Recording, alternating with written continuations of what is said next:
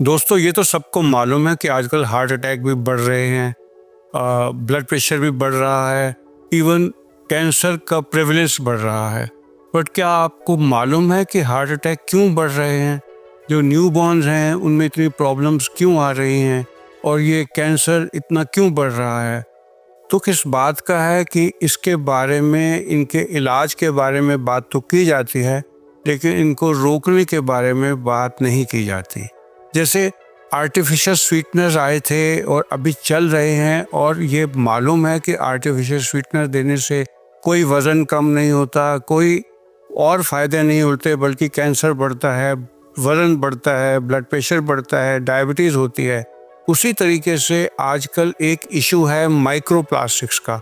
Micro plastic यानी कि plastic के नैनो पार्टिकल जो हम अनजाने में खा रहे हैं, पी रहे हैं, उसके बारे में ये कहाँ कहाँ हैं। अगर आप इसके बारे में गहराई में देखेंगे तो जब आप सुबह उठते हैं, जब पानी पीते हैं, प्लास्टिक की बोतल, जो मिनरल वाटर की बोतल या पैकेज वाटर की बोतल, उसमें प्लास्टिक की बोतल होती है। आपके हर एडिबल चीज़ के खाने की जो पैकिंग होती है वो प्लास्टिक की होती है।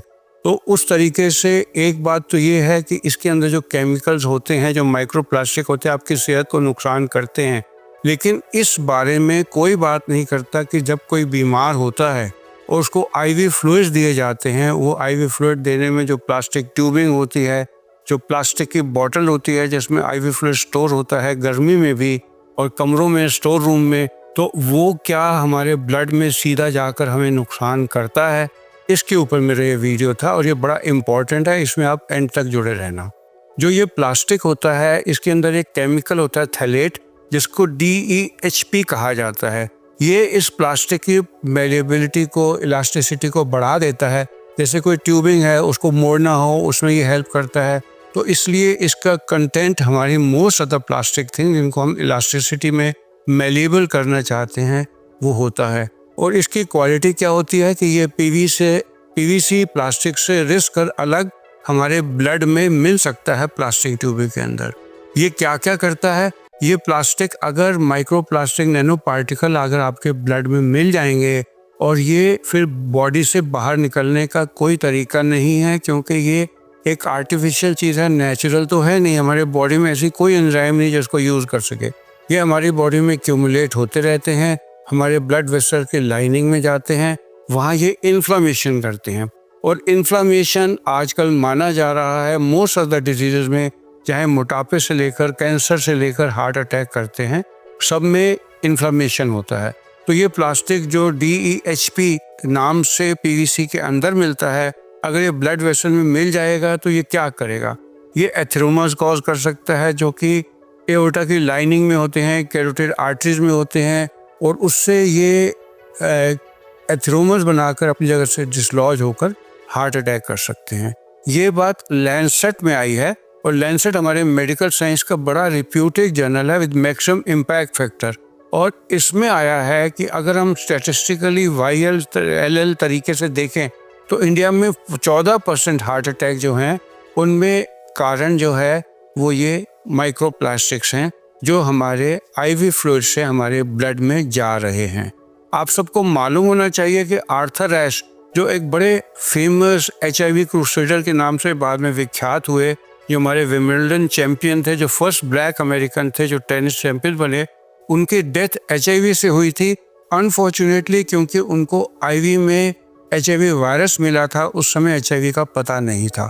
उसी तरीके से हो सकता है आज से कुछ साल बाद पता लगे कि जो इतने ज़्यादा हार्ट अटैक हो रहे हैं, उनका कारण जब कोई बीमार होता है तो उसको IV फ्लूइड जो मिलते हैं, उसकी जो लाइनिंग होती है, उसकी जो प्लास्टिक्स होते हैं, उसमें DEHP नाम का प्लास्टिक मिला होता है, जो लीच कर अंग्रेजी में रिसने को लीच कहा जाता है, हमारे ब्लड स्ट्रीम में जाकर ब्लड में मिल जाता है।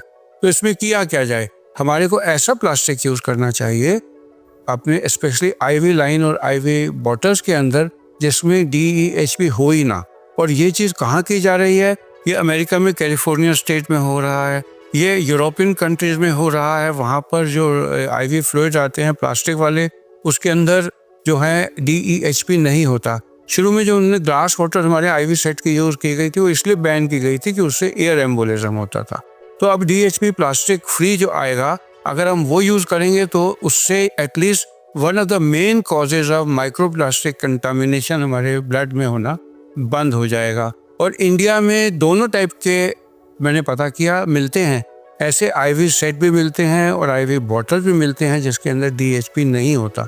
तो ये मेरा वीडियो कॉमन पब्लिक को आगाह करने के लिए था और अपने सब्सक्राइबर्स को बताने के लिए था कि जिस तरह जब आप कोई दवा खरीदते हैं और उसकी क्वालिटी पे खास ध्यान देते हैं कि उसकी ब्रांडिंग क्या है, वो कहाँ बनी हुई है, उसी तरह का अगर भगवान ना करे आप कभी बीमार होते हैं और आपको IV फ्लूइड की ज़रूरत पड़ती है तो ऐसा आप IV सेट चूज़ करें जिसके ऊपर लिखा होगा DEHP फ्री, क्योंकि इंडिया में ये भी अवेलेबल है और दूसरे भी अवेलेबल हैं।